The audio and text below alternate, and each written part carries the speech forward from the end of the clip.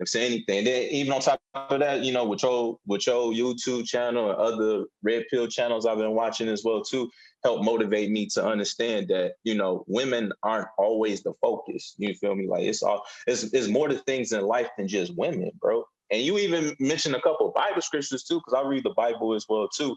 And Proverbs, man, like Proverbs should be everybody's, like, it should be everybody's what's the name? Should be they go-to chapters, man.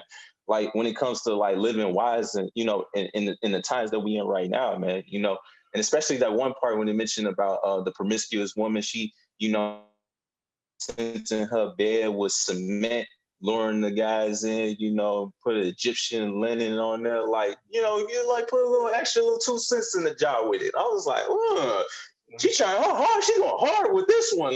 Yeah, they know what to do. They know what buttons to push and everything like that. Oh yeah, real big blessing.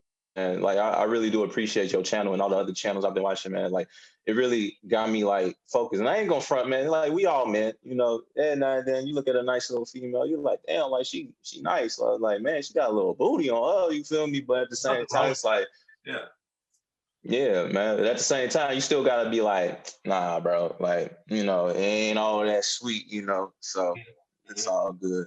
Yeah, man. So what made you, like, just to ask a question for me, like what motivated you to make your channel to help other young men out there as well too? Just because I felt like it could relate to a lot of people, a lot of the stuff I've been through. And then like I had like ever since taking the red pill, like I've already had tons of experience just dating women. Like I went that whole like dating route too. Like after I had the knowledge, just like in the field all the time, like I was trying to do this, that, and the third. And then like that was how I even came across the red pill. It wasn't from like finding red pill. It was more so like dating coaches and like pickup stuff. I feel like I was just like I could relate to people. Came from a single parent household, single mother, and didn't really have a relationship with my father like that. So and just like growing up in the church, getting out into the real world, just being a simp in high school, all that, man, being cheated on in every relationship. So crazy, man. And I used to be a relationship dude too. So that was a big thing. Like I've had multiple more than a year relationships. So I was that guy that I always held out hope from women. And then I ended up getting my heart just ripped out. And now I'm on savage mode, but it's a long journey. So I was like, man, I got to share this with other guys so they don't get as jaded as I am, because now I'm like, there's no turning back now, but there might be hope out there for other guys. Like this is not like the end all be all. Like getting women is not like, it's not that important in the big picture. Exactly. And I remember you made a couple of videos about that as well too, about being a single, having a single mother, being the only child in the house. I definitely, that touched me as well too, because my OG, I'm the only child by her. And at the time when I was growing up, she was a single parent as well too. Now, don't get the wrong idea. I love my mama. I love her to death. I'll do anything for her to this day. But it has been a lot of issues with me and her, to the point where it's like, it was things that I didn't quite understand, like why she did this, or like why would she do that, and again, not really understanding how, women really act. And then at the end of the day, we don't really quite really understand how women function anyway, because like you're talking about women that like disarray, confusion and all that type of stuff. Be like, why do you like that? With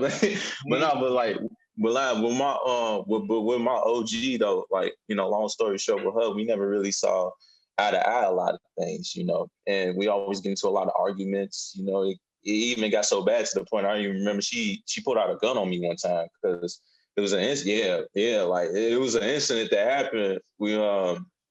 I had my dog that I had now. He was a puppy, and he's still being home trained. So like, she'll keep him in the cage, because she didn't want him going to the bathroom in the house. So we had him in the cage in the garage at the time. Now, me being the person that I am, I felt bad a little bit, because like I'm hearing him whining all the way from upstairs, and mind you, it's like a 3-story, kind of crib, or like 3 levels pretty much, and I can hear him whining from the from the basement. I mean, not from the basement, from the top floor all the way in the garage. So I'm like, okay, let me go down there and make sure he good, you know. Then it got to the point where like he actually did kind of like use the bathroom in his cage, but not to the point where like it's that bad, you know. So my mom literally was just pulling up. She was coming from work. And I don't remember exactly how it started, but like it got to the point where like she thought I was trying to hide him using the bathroom, like trying to be sneaky with it. I'm like, nah, that's not the case at all. But he didn't even use the bathroom that bad. So then it got to, you know, then one thing led to another. It got real bad to the point where like she got in my face yelling. Now, mind you, I never liked, you know, confrontation with anybody, you know, especially with your own mom. So um she got in my face, and the inner me was like, get the F out of my face. But I didn't say that to her. I didn't say that to her, but like in the back of my mind, I'm like, get the F out of my face. So then what I did was I like grabbed both her wrists and kind of like moved her to the side. I didn't like, you know, no full force, nothing really hard. I didn't slap her, you know, I didn't, you know, backhand or anything like that.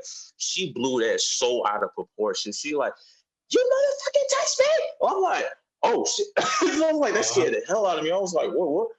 I'm like, wait, I barely touched you. Like, and then that's when she came back with the pistol in her hand. She pointed in my face. I was like, I was like, I was so speechless. I was like, yo, I was like, chill. I was like, chill. Like, it ain't that serious, mama. Like, you feel me? I'm trying to calm her down. And then she's still yelling. I was like, Mom, relax, like just chill out. And I tried to explain the situation to her again, what happened. Then she finally simmered down, she calmed down, and she was like, I ain't got time for this. And then like she just went back upstairs and did her thing. And I was like, oof. Oh my Lord. Like that, I ain't gonna lie, bro. That scared the hell out of me. Like to this day, I still never forget that, man. That's crazy, man. Jeez. Yeah, dude. But I still love her to this day. You know, I put that to the past, you know, like, because, like, understanding how to be a man, you got to let certain things go, bro. Like, despite how you really truly feel about it, like, holding on to grudges is it's a real woman trait, bro. Because I still get flagged for things that, like, I've been forgot about. She still remember. I'm like, how do you remember this stuff? Like, why are you still thinking about this stuff? I'm been past this, bro. Holding on to that, man, that's not healthy.